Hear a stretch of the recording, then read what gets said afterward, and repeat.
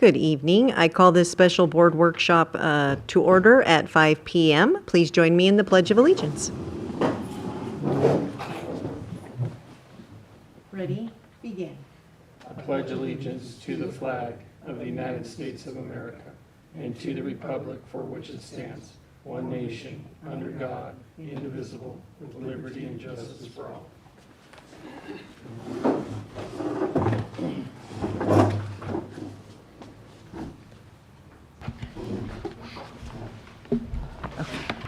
Thank you.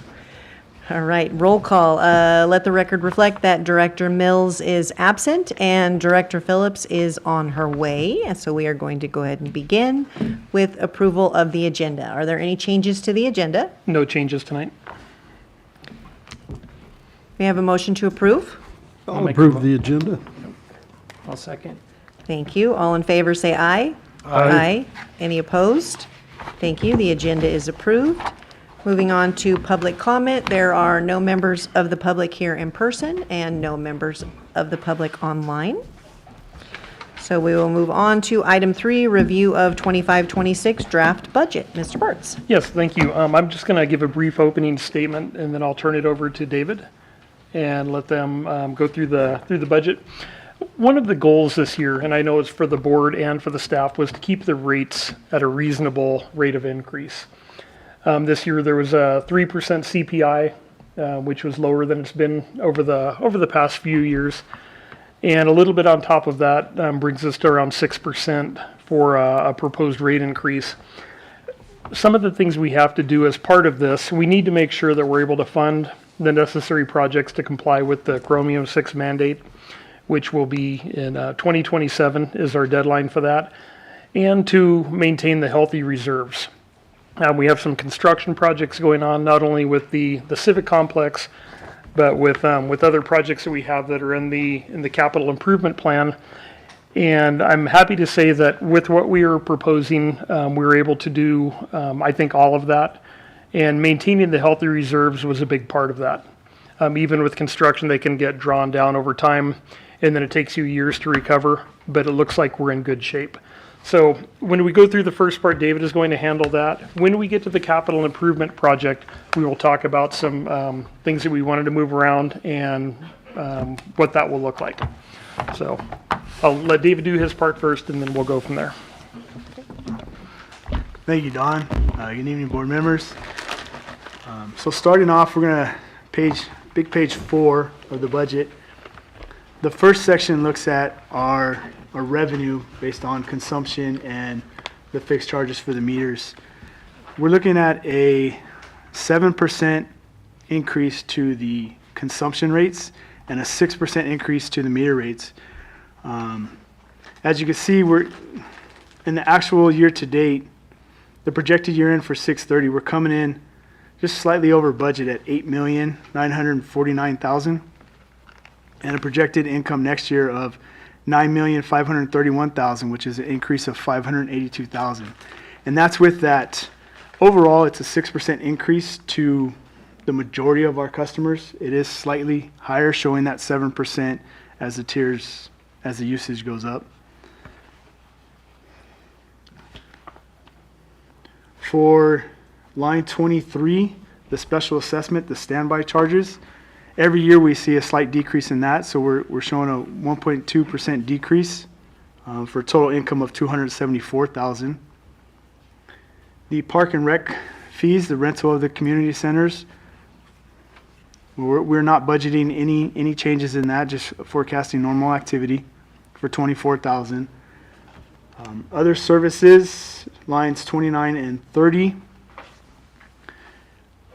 We're not budgeting any increase. This is for the disconnection fees and the credit card fees that are charged in the office for customers using the credit cards.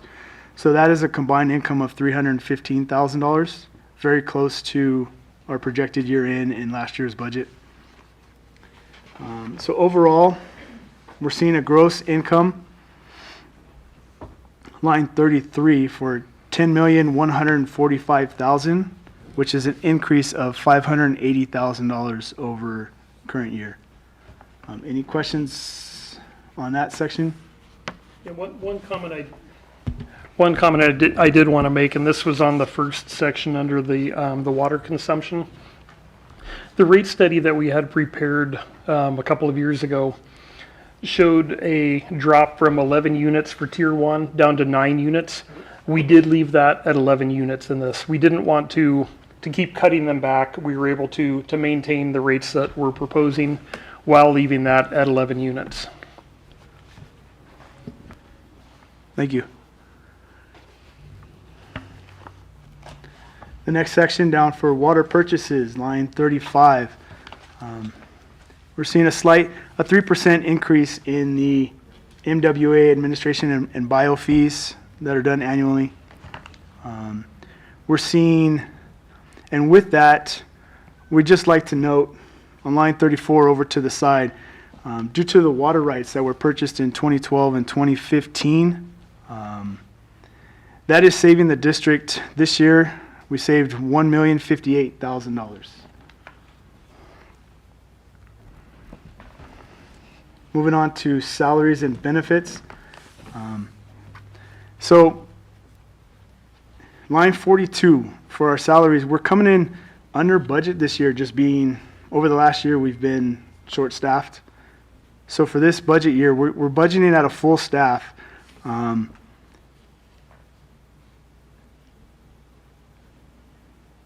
And let's see, line 49 for workers' compensation, there's a 14% decrease there, which is a savings of $13,000 due to SDR and MIA reducing the experience modification. It was 123% last year, and it's going down to 102%. Line 51 for retirement. The $481,000 includes another $100,000 payment to CalPERS for the unfunded liability. We made that payment last year. We're budgeting to do it again. The unfunded liability right now is about $400,000.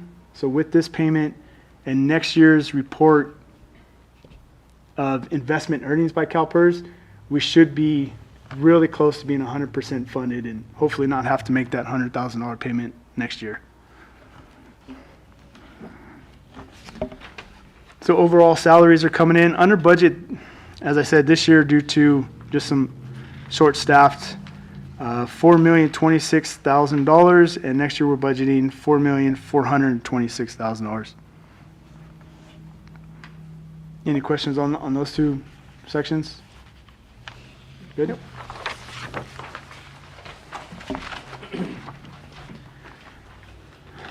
Moving on to the board compensation, we're assuming similar activities there. We're really close to budget on that one at $36,000. There's an increase in district benefits, which is similar to staff. I didn't in the last section. The board approved an increase at the end of last year to all the district benefits, so that's why you see that increase there. So overall budget for board compensation is $119,000. Moving down to professional fees, line 61 for accounting, the auditing and accounting fees. That is for a 5-year contract with the auditors. And then legal services, the next line. We came in over budget this year at $143,000, and we're budgeting that to slow down a little bit and only budgeting $100,000 for this upcoming year for legal services. The outside services in line 64 is only showing a 5% increase, and this is going to consist of the HR consulting firm and a grant services firm that we've brought on, and those costs for the grant services are being split 50-50 between enterprise and government.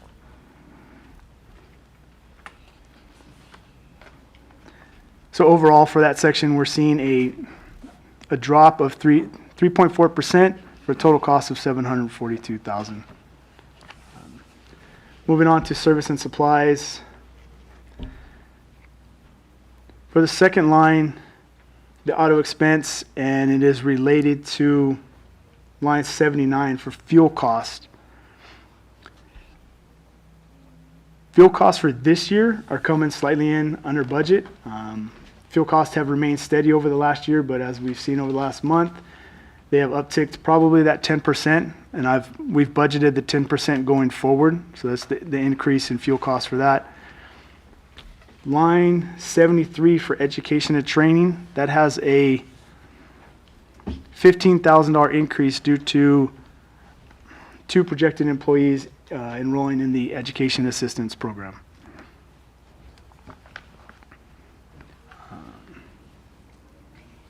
Lines 77 and 78, the projections from SDRMA right now are a 9% increase over the current cost. So that comes out to about a $22,000 increase. Line 84 for repair and maintenance. We're seeing a $200,000 reduction there in the upcoming budget. That is due to the tank maintenance contract, the reduction in that. In prior years, we've been paying $250,000 or so, and this year it's only going to be $50,000 due to a lot of tanks being completed. Did you want to comment anything else on that, Sean? Sure. Yeah, the decrease is when we had established a 10-year tank maintenance contract, the first 3 years had harbored about a $250,000 payment for tank interior coatings and some of the tanks that were in desperate need of their interior coatings. However, if we remember back, that one of those large payments was deferred by a year, which is why that decrease is being seen this year. So I believe it's $42,500 per year for the next 6 years until that contract sunsets. So there is no balloon payment, if you will. There's no large. That explains that decrease. Thank you, Sean.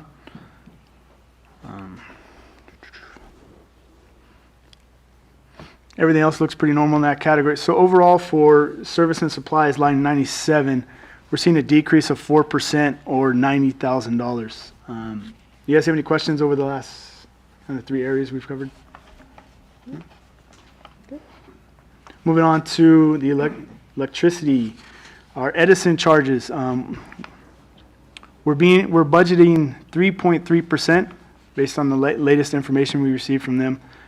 So that's roughly $50,000. We're budgeting $400,000 for the Edison solar credits, which is about the amount we've got over the last 2 years, $350,000 to $400,000. That might go up by the 3% as well. We're still trying to finalize what that's going to look like.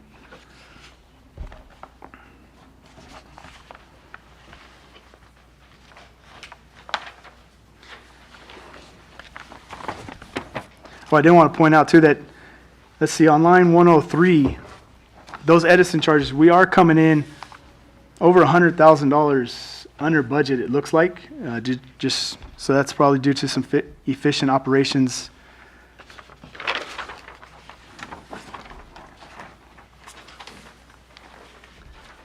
Line 107, the 4% decrease in depreciation is due to a lot of assets just reaching their depreciable life. We haven't been adding as many, so our depreciation is $1.6 million for this year.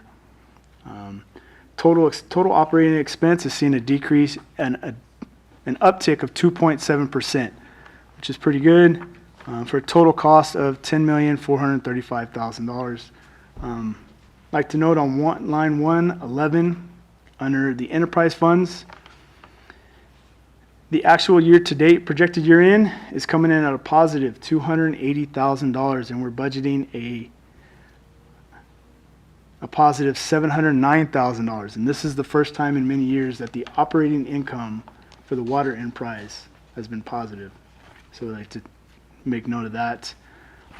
Then that's kind of due to now, down on line 127, we will not be needing the transfer of property tax funds from government to enterprise anymore, which in this current year is budgeted to be $52,000. For government funds,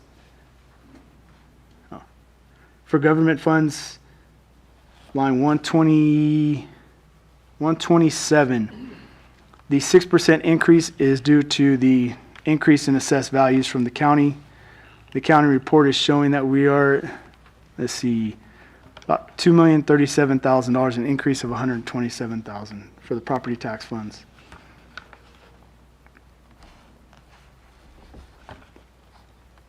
Line 130, projected year-end income for penalties and other fees, just late fees, cutoff fees, is coming in at $238,000, slightly over prior year budget. And this amount is just based on the amount of past due balances. So we budget a 10% increase to continue for that. The solid waste franchise fee is based on a CPI increase. So you're seeing a 3% increase there. Yeah, just a quick update on that. Today I did receive a letter from CR&R, and what they're proposing is just the CPI of 3.3%, so it's 0.3% different than this. But so there won't be any increases other than just the CPI.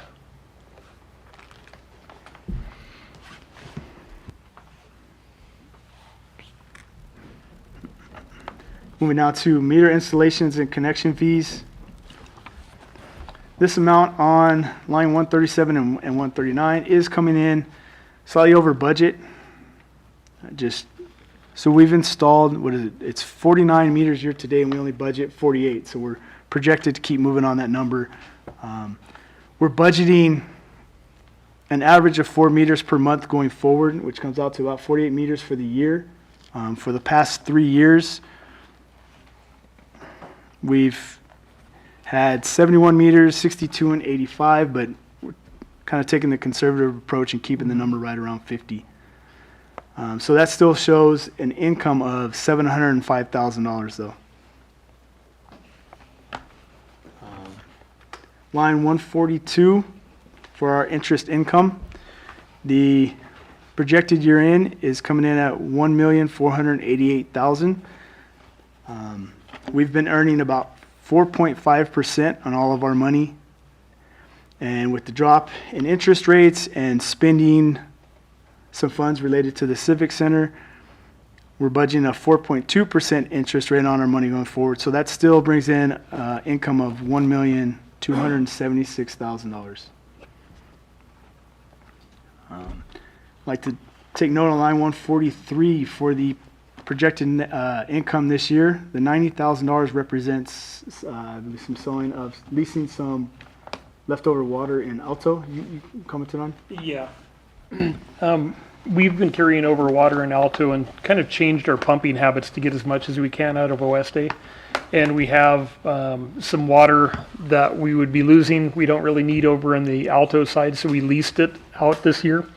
Make approximately $90,000 to $100,000 on that. And we're still good with our pumping for the next few years. So it doesn't hurt us at all, and made a little bit of extra money. Thank you. And that's why it is a one-time income. If it happens again, that's great, but we're not budgeting for it in the next year. Line 147, there's a decrease in the lease income. Still receiving $133,000 for that coming year, but a decrease due to the sale of the property. The Chromium 6 surcharge is based on the number of customers and that surcharge rate. That amount is directly offset on the next page on line 157. Do you guys have any other questions on that page? Nope.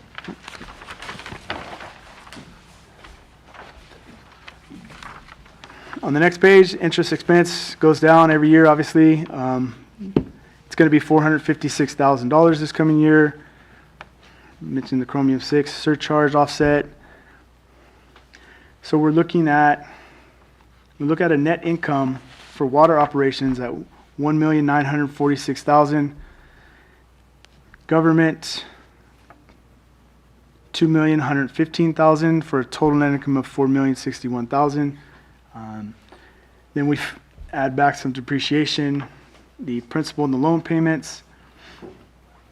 We're looking at a total net income for all funds of $3,863,000. The amounts below that, line 166 is just about 1/2 of the capacity fee that gets set aside for future water right purchases. And then line 167 and 68 is scheduled repayment of the reserves from loans for the water right purchases. Then we have our capital spending, line 171. This is capital spending not related to Chromium 6 or grants or funds, and that comes in at $566,000. So you're looking at a total net cash flow for water operations of $1,247,000. Government, you're going to see a slight negative. You're going to see a minus $1,566,000 due to their contribution to the Civic Center and the upcoming park expansion projects this year. For total net cash flow is $319,000. Now Parks obviously has been accumulating some of that money, holding on to it, so they still have that money to spend, and that's kind of why that reserve is there. Is there any questions on that? I believe that wraps that up. Nope.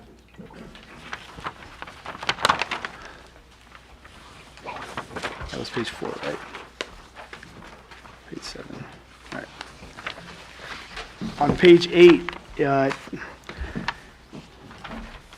the top graph shows, now this is with the projected 6% per year increase. The original approved rates were budgeted at a 16% increase per year is what the approved amounts were. And now with hopefully the revised CIP plan, we're doing a 6% per year. You see that our reserves they do draw down in fiscal year 26, but slightly above the minimum. And as they progress to the end of the current rate, the approved rates of fiscal year 28, we're sitting pretty in between the minimum and the target amount of reserves where we want to be. And then the bottom chart shows the customer impacts for various types of bills. At a 6% rate increase, we're looking at 70% of our customers roughly fall within that using 11 ACH or less. And so that's only a 6% increase to them. And then if obviously the higher users are showing a little bit more.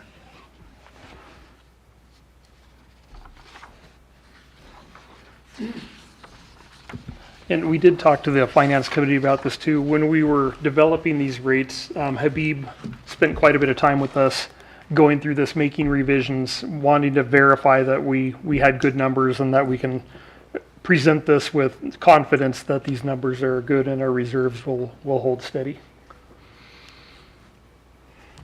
Okay. Any comments on the reserves or the customer impact? Nope.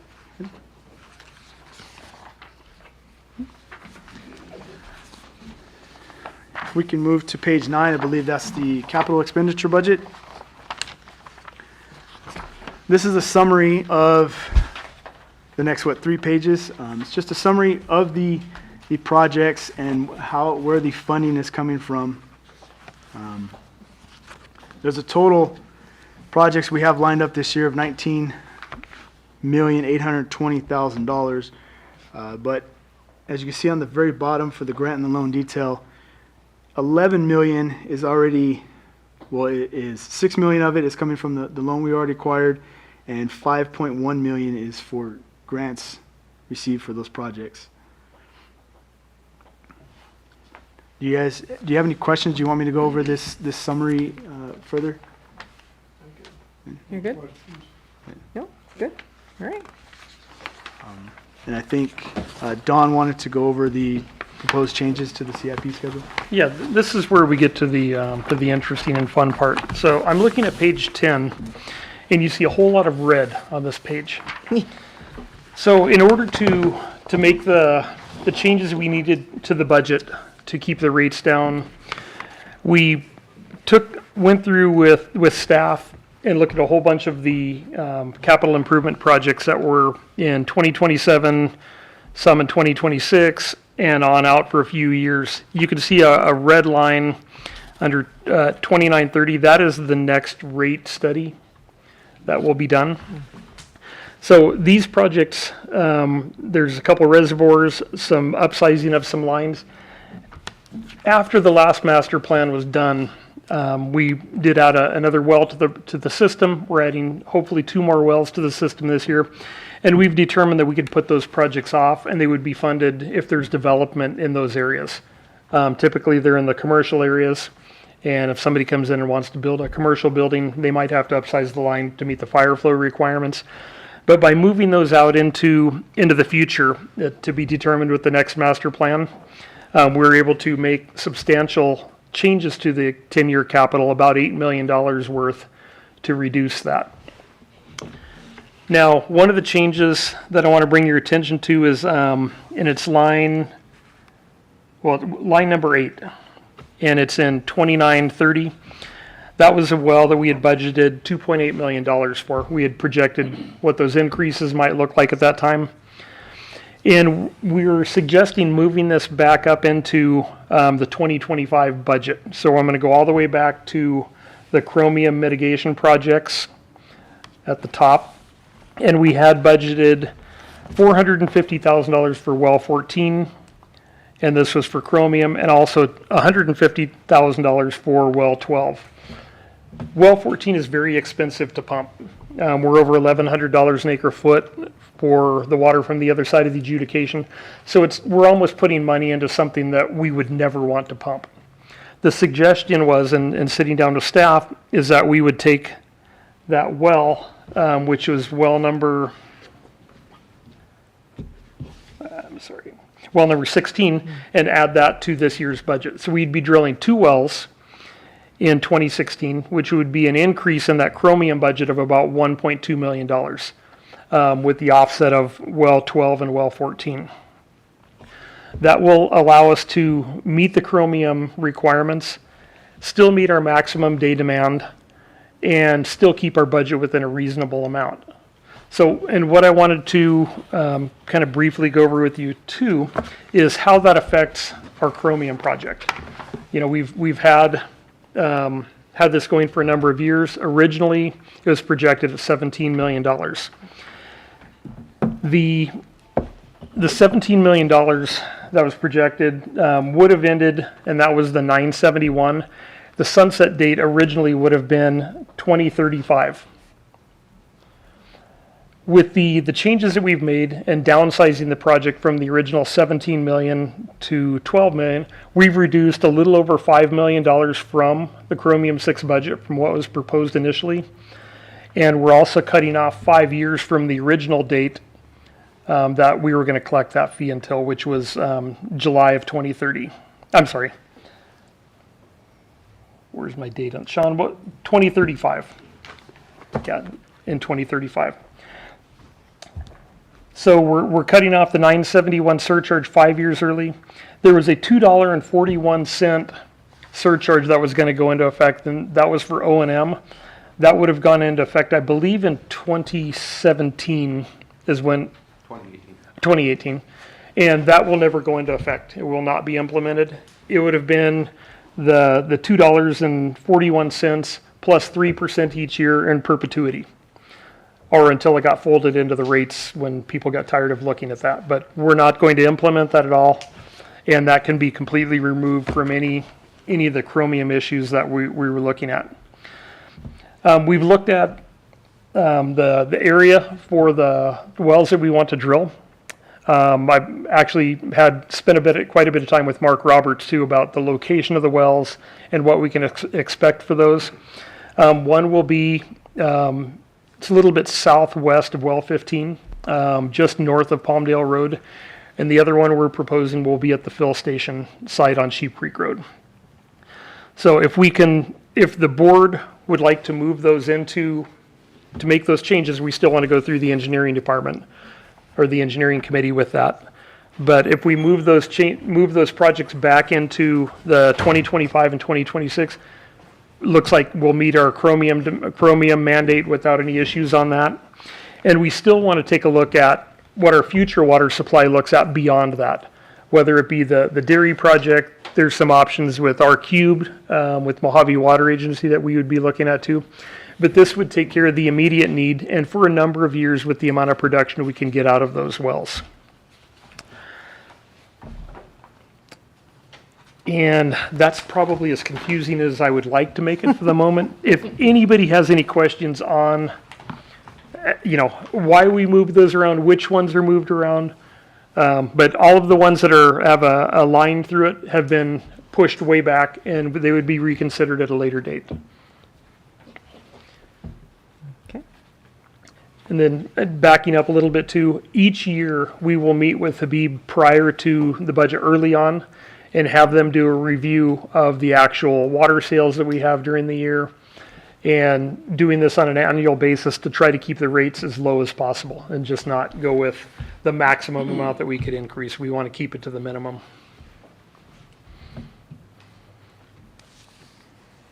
Okay.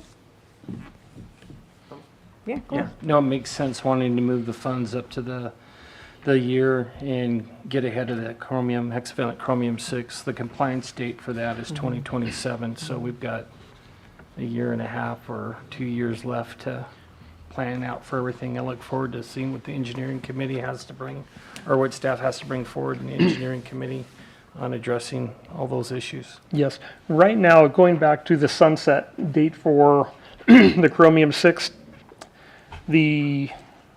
Sean, what is the current, the current sunset for chromium 6 is February of 2029. And that's with the prior projects the board had approved to move into that chromium 6 category. Moving this well into there solidly fits into that category, and that would extend it by 16 months. 18 months. I had 16 here. And that would make the expiration date of that of July 2030. And I can't foresee any additional things that we would need to add to the chromium project. Again, saving 5 years and $5 million. Okay.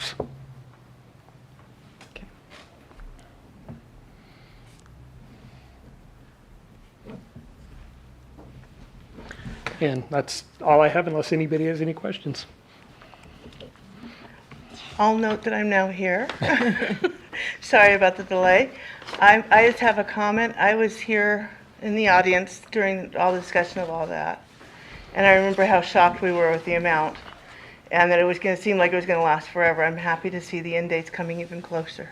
Yes, we would like to get rid of that too. Thank you.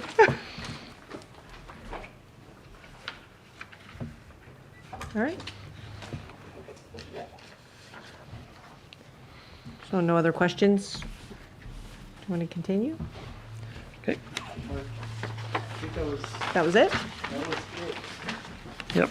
The rest of the ones that you see in there have all been approved through committees and brought to the board prior. Okay. All right. All right, so that was, we just barreled right on through to number 4, so 10-year capital improvement plan. No action required. So any other follow-up questions or anything before? No, none from me. I was watching on YouTube to keep up with you guys. So Okay. Thank you. You did a wonderful job, David. Thank you. Thank you. Yeah, thank you very much for all of that. We appreciate it.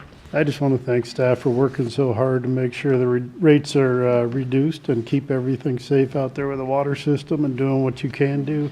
I know it was probably a pain moving around some of the CIP projects, but it looks like it paid off. And also on the Tier 1 reduction from 11 to 9, I'm glad to see that that's not being reduced, and I think the customer should be pretty happy with that. Yeah, people that fall into that category, which are quite a few, they're the ones who are conserving. The ones who are using, 30, 40 units a month, their rate is a little bit higher, but that is, it's kind of the way that that it works with the higher usage on that. Yeah. But for 70%, I think we're pretty good. It's a good job to everyone on that. Yeah, and I also like to thank staff for taking a good hard look at the budget and cutting wherever they can to keep our rates consistent. It's comforting to see with the projections that we will continue to build our reserves, which is important when we have an operation like we do. But kudos to staff for that. And I look forward to working on the engineering committee for the capital improvements as we move forward. All right. Excuse me. All right. Thank you, everybody, for your questions and comments. I appreciate that. All right. With that, we will move on to number 5, review of action items. Were there any current meeting action items? I have none noted. All right. And so with this, we would not need that final budget workshop that we had posted, correct? Correct, if you guys are good with the numbers we reviewed, then I can move forward with putting it all together in the final book for approval, yeah. Great. All right. Thank you very much. All right. So with no further business before the board, we will adjourn at 5:35 p.m. Thank you. Thank you.